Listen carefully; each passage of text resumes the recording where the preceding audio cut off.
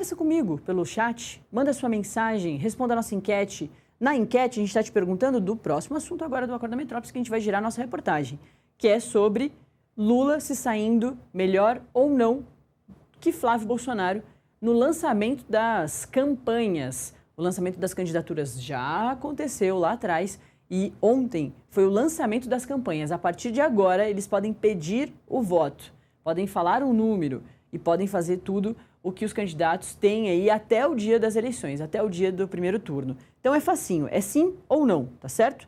Você responde e aí a gente vai continuar a conversar aqui na parcial, por enquanto. Tem 54% da nossa audiência acha que não, que o Lula não saiu melhor que o Flávio, e 46% da nossa audiência acha que sim, que saiu sim melhor. Letícia está aqui com a gente, muito bom dia, Letícia. A Aline também, a Luzia Souza, a Sandra Regina, a Jebe Fabi, também o Jaelso. Quem mais? Tem o Anon, o Bob, tem o John, tem o Clesson, tem o Hallider, que está todo dia, e o Rodrigo também está aqui com a gente. Muito bom dia, é um prazer ter você aqui. Vai mandando sua mensagem que a gente vai conversando aqui, tá certo? Vamos falar então das campanhas eleitorais que começaram oficialmente nesse domingo, no dia 16 de agosto, com os principais candidatos à presidência realizando atos em diferentes regiões do país e escolhendo locais simbólicos para marcar a largada da disputa. O presidente Lula iniciou a campanha em São Bernardo do Campo, na região metropolitana de São Paulo, onde o petista construiu a sua trajetória como líder sindical dos metalúrgicos. O Lula destacou pautas sociais, segurança pública e fez acenos às mulheres. Assim como fez Flávio Bolsonaro em Copacabana, no Rio de Janeiro. Foi um lugar muito importante para os bolsonaristas, né? Fizeram grandes manifestações por lá, com um discurso centrado na defesa do legado do pai, de Jair Bolsonaro, e no endurecimento da segurança pública. Copacabana era onde o seu pai costumava promover aquelas manifestações, né? O Renan Santos realizou um ato no Largo São Francisco, em São Paulo, um lugar fundamental para a cidade de São Paulo e para a história do país, principalmente para a história do direito do país. Largo São Francisco formou algumas pessoas, inclusive, que vão ser importantes ali para o xadrez político de São Paulo, como Fernando Haddad, né, para o governo lá de São Paulo. Mas o Renan, ele fez um discurso ali com diversas críticas a Lula e Flávio também, e focou no combate ao crime organizado. Já o Romeu Zema escolheu Montes Claros, no interior de Minas Gerais, para lançar a sua candidatura, a sua campanha, né, melhor dizendo, porque a candidatura ele já tinha lançado, defendendo as medidas mais duras contra facções criminosas e criticando o STF. E o Ronaldo Caiado percorreu cidades de Goiás, próximas ao Distrito Federal, região onde mantém sua principal base política. Tá vendo que os 5 escolheram as suas bases, os seus redutos eleitorais, né? O presidente Lula também poderia ter escolhido, por exemplo, o Nordeste, né? Alguma cidade do Nordeste, mas São Paulo foi onde ele começou a carreira política dele, dentro ali do Sindicato dos Metalúrgicos. Bom, o candidato Ronaldo Caiado destacou que é oposição ao presidente Lula e a gente vai ver os destaques desses atos todos, principalmente agora do Flávio Bolsonaro. O senador disse que o governo Lula briga com países que estão em outro continente, mas não briga contra o crime organizado.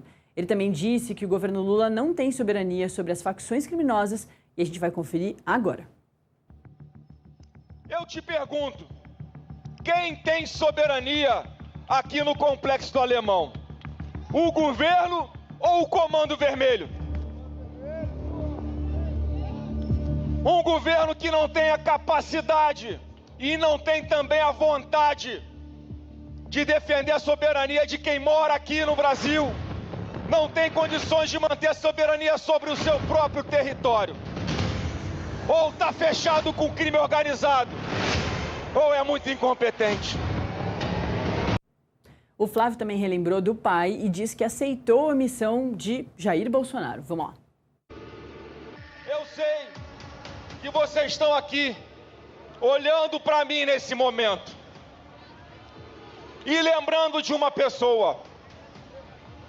Eu sei que eu pareço com ele, mas é difícil comparar o filho do Pelé com o Pelé. E eu estou aqui com toda a humildade. aceitando essa missão que o presidente Bolsonaro me passou, porque eu tenho a convicção que há um propósito de Deus para o nosso país. Para a gente seguir falando sobre o primeiro dia de campanha eleitoral, mas agora do Lula, a gente recebe o nosso repórter de São Paulo, Rodrigo Tâmaro, que acompanhou tudo isso. Oi, Tâmaro, muito bom dia, é um prazer te ter aqui. Bom dia, Nath. Bom dia a todos que nos acompanham. O prazer é meu em estar aqui. Vamos trazer esse resumão desse primeiro ato aí do Lula, né? A estreia da campanha do Lula.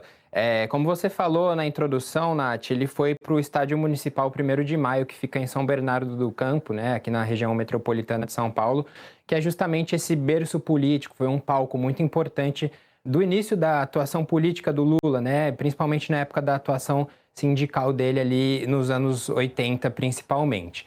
O Lula fez um discurso longo, Nath, foi mais ou menos ali 40 minutos de fala, e eu vou trazer assim os destaques, né? São muitas informações, mas entre os destaques está as críticas à direita, né? Ele fez questão de criticar a direita e dentro dessas críticas ele lembrou das mortes na pandemia, atribuiu a responsabilidade pelas mortes da pandemia à direita.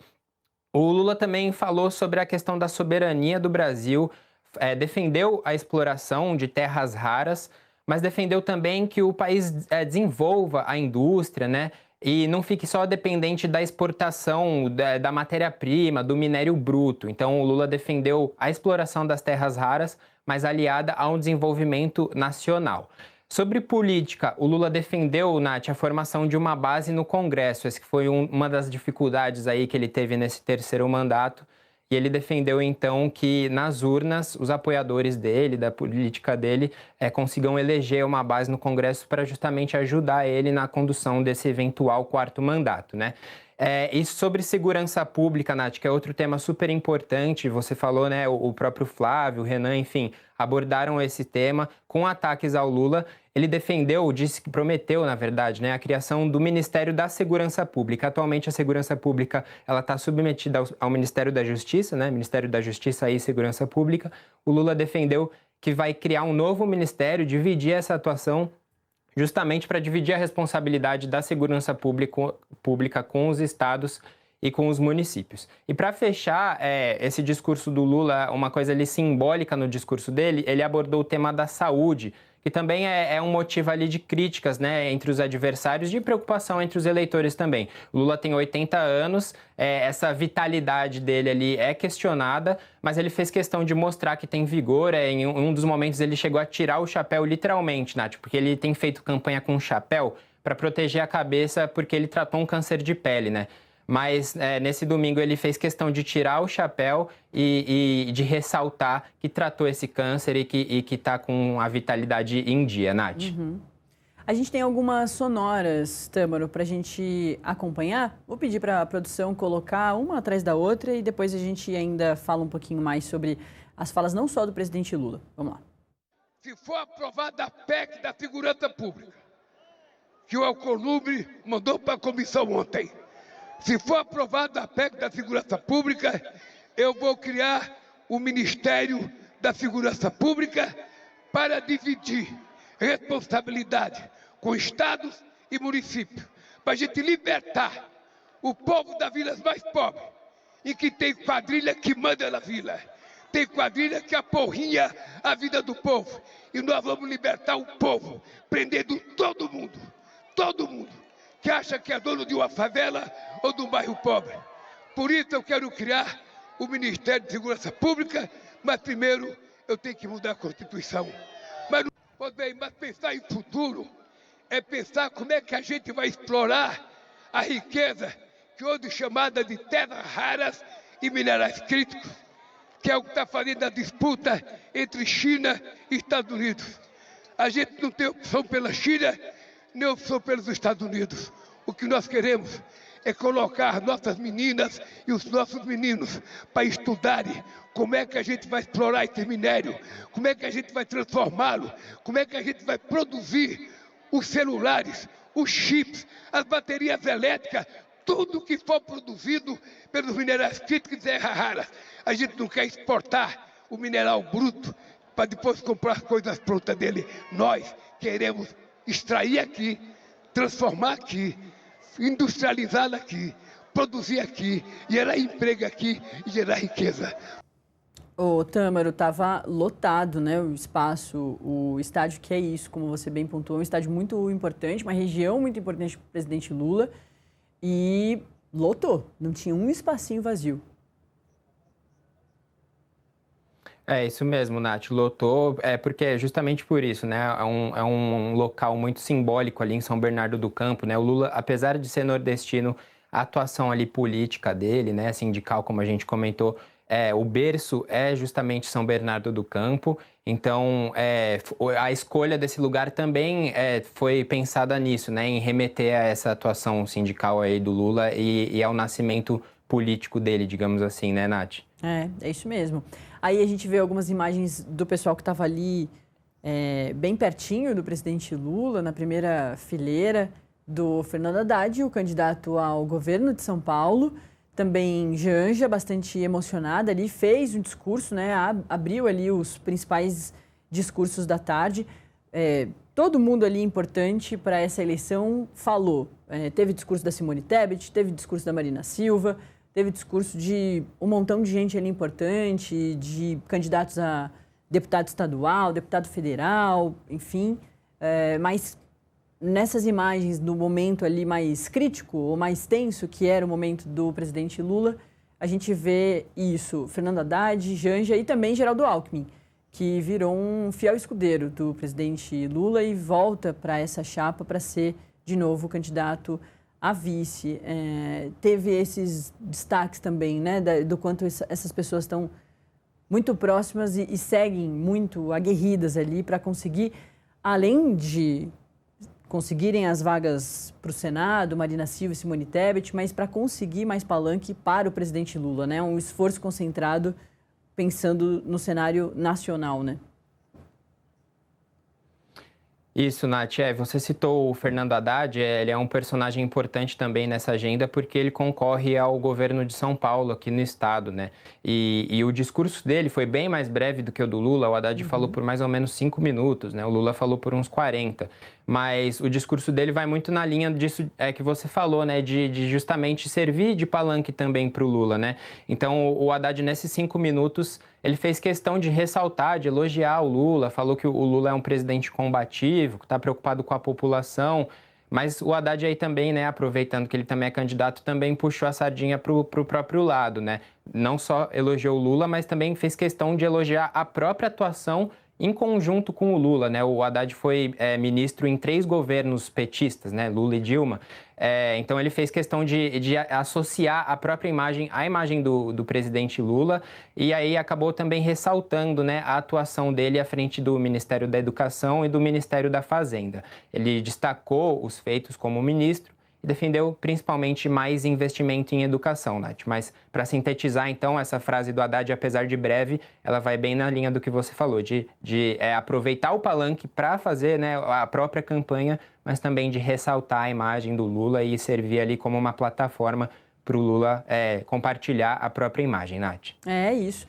E na semana passada, né, Tâmara, a gente falou muito aqui de Fernando Haddad e também, não tem como, de Tarcísio de Freitas, por causa ali daquela história que está sendo investigada e ao longo da semana a gente vai ter, muito provavelmente, ainda mais detalhes da perseguição ou não da equipe do Haddad, com o Haddad presente, uma parte dessa situação toda ali na cidade de São Paulo, em uma volta ali de uma agenda, o próprio ex-ministro da Fazenda, ex-prefeito da cidade de São Paulo, candidato ao governo de São Paulo, diz que presenciou uma parte da ação ali de alguns policiais que estão dentro do guarda-chuva dos poderes de um governador de estado, que nesse caso é do Tarcísio de Freitas, que nesse caso é o grande opositor nessa eleição de 2026, já tinha sido lá em 22, mas volta a ser em 26.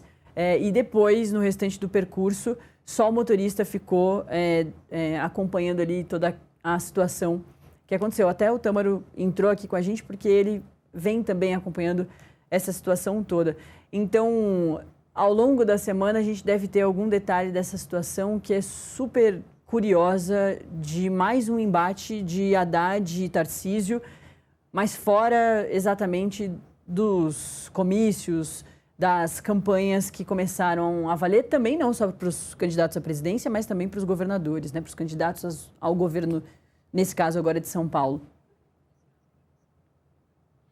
É isso, Nath. O que a gente tem no momento é uma disputa de versões, né? A gente pode definir dessa maneira. O Tarcísio, como você disse, falou em falsa comunicação de crime, né? Ele está questionando um pouco essa versão do Haddad, da equipe do Haddad. E o Haddad foi bem enfático, né? Em dizer, em questionar, digamos assim, essa abordagem e dizer que gostaria de saber exatamente o que motivou essa abordagem, essa suposta perseguição ali, né? O Metrópolis teve acesso à troca de mensagens ali do motorista com a equipe do Haddad. Ele fala que estava com medo, enfim, relata um pouquinho dessa perseguição ali na Avenida 23 de Maio, aqui na região central de São Paulo, né? Mas a Secretaria da Segurança Pública, ela adota uma postura mais conservadora, digamos assim, né? Diz que vai investigar, que tá apurando, falou que analisou imagens de 70 câmeras de segurança, mas diz que não identificou nenhuma interação explícita entre a equipe policial e a equipe do candidato Haddad, né? Mas, de qualquer forma, esse caso movimenta aqui os bastidores, mais os bastidores da política e virou mais um exemplo dessa rivalidade entre o Tarcísio e o Haddad, né? Lembrando que o Tarcísio ele tem ampla vantagem nas pesquisas, Nath. Tem pesquisa que aponta ele como vencedor no primeiro turno, inclusive. Então, é mais um elemento dessa disputa, né? E aí, falando um pouquinho sobre Tarcísio rapidamente, Nath, só para a gente resumir um pouquinho da agenda dele no final de semana, ele também está em campanha, logicamente, participou de uma agenda em Osasco, também na região metropolitana de São Paulo, a região metropolitana de São Paulo vai virar um dos focos do Tarcísio nessa campanha, né? Justamente porque ele perdeu para o Haddad em Osasco, por exemplo, em 2022.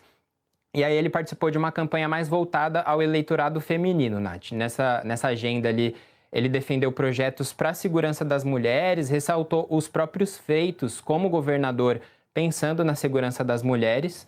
Também falou que vai criar os centros para mães atípicas, que ele tem chamado de centros TEA, e fez um discurso ali contra o encarceramento em massa, ainda no tema da segurança pública, que foi um dos destaques, né? Fez um discurso contra o encarceramento em massa, mas fez questão de criticar benefícios, o que ele falou, benefícios aos presos, no caso, né? O que ele falou é que o governo, as polícias prendem e a justiça solta. Então, esse é o resumão aí da agenda do Tarcísio nesse final de semana, Nath.